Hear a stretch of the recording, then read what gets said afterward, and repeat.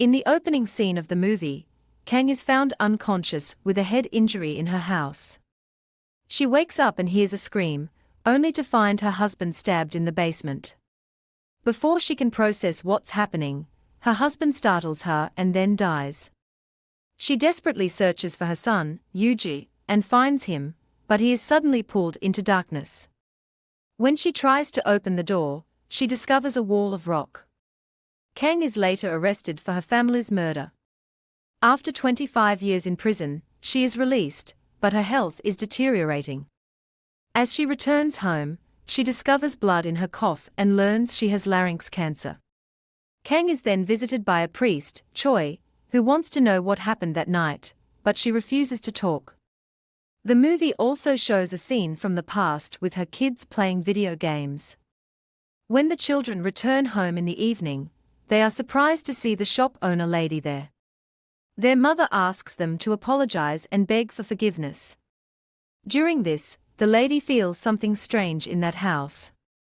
As she leaves, she tries to tell her something, but then she leaves. Later, Hyoj asks her if he prays hard, he won't die early like that. She reassures him that doctors are searching for a cure, and he will be cured soon. That night, her husband, Collie Jung, who is a cop, comes home drunk and she finds a lipstick mark on his shirt. When he tries to get close to her, she doesn't let him, which makes him very angry, and he starts abusing her before leaving the house. After some time, when Kang is sitting in her room, someone tries to open the door. She thinks it must be her children, but when no one answers, she goes to the door, and only then someone unlocks the door with a key. She tries to look outside, but sees no one, and suddenly someone attacks her. But before he can open the door, she attacks him with a scissor and drives him away. Ji-won sees someone outside his door, and he hides in a closet in fear. Hearing his scream, Kang runs to Hyo's room and asks him if he screamed.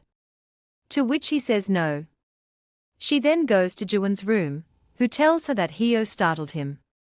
The next day, Chol-jun comes to the house with his team for an investigation, where an officer tells him that all the fingerprints are of his wife's. Kang tells the detective that it didn't feel like a human. Now, when the detective asks Hiatus what he saw last night, he says nothing. This frustrates Chol-jung and he yells at him, causing him to leave there. Kang then goes to him and asks him if he saw something, to which he gives her a note on which it was written that get out of this house, or the father will kill the child.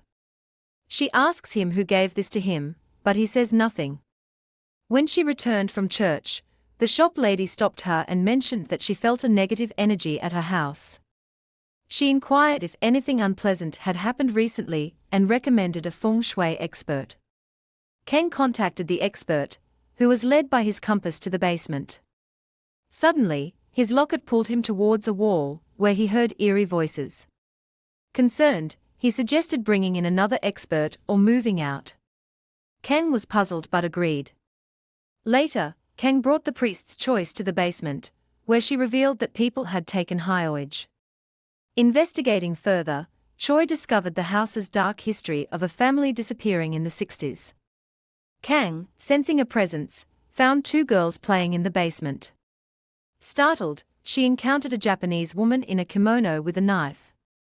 After a brief encounter, the woman vanished. She suddenly claims ownership of the house, causing Kang to panic and flee. The movie then flashes back to a shaman performing a ritual in the house, connecting with spirits who are still present. The shaman's daughter instructs Kang to close her eyes, and when she opens them, she is horrified to see an old man, a family, a woman, and a man before her. Overcome with fear, Kang screams and demands they stop.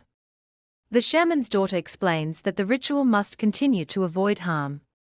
Suddenly, everyone vanishes, and Kang urges them to leave. Later that night, Hyod returns home without Ji-won, and they search for him. Collie Jung is informed, and the search team discovers Gi-won's lifeless body. Collie Jung breaks down, blaming Hyod for the tragedy.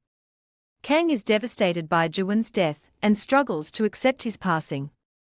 Priest Choi's investigation reveals that in 1942, a Japanese shaman named Abeno came to Korea to build General Wadeb's residence, leading to a massacre. The reporter shares that similar disappearances occurred in 1967 and 1992, linking back to the house's dark history. The farmers' uprising against Japanese exploitation resulted in the mob targeting General Wade's residence, only to find it empty. Kang is warned by priest Choi about the strange occurrences in the house. She is shown the report detailing the missing people cases from the house, which occur every 25 years, and realizes that today is the day it happens again.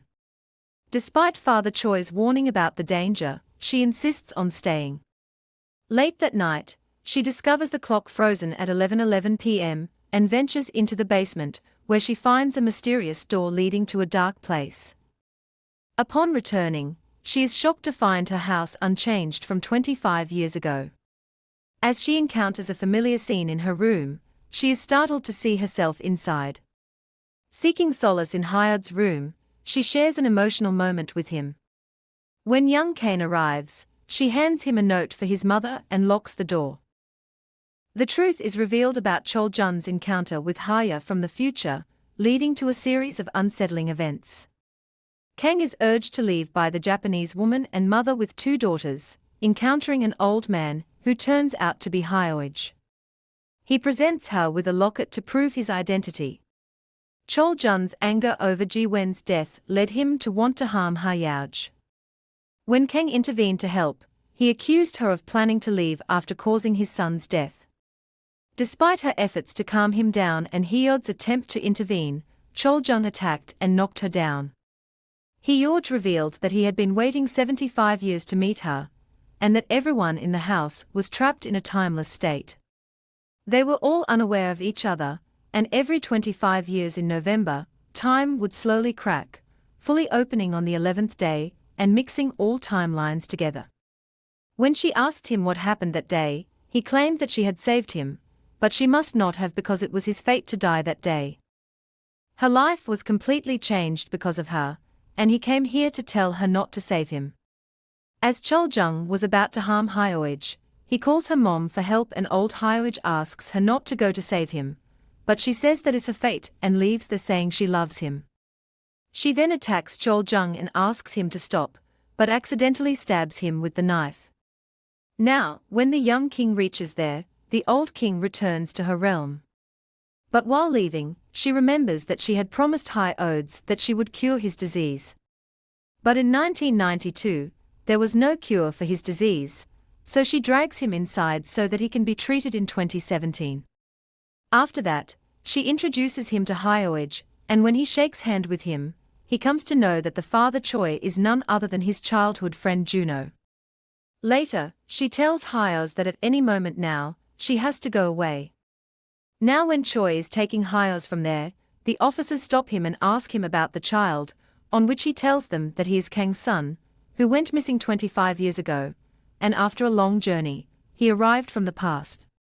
We then come to know that Hyatt has a hereditary heart disease, and Kang had asked Choi to take him somewhere where he will be loved and treated.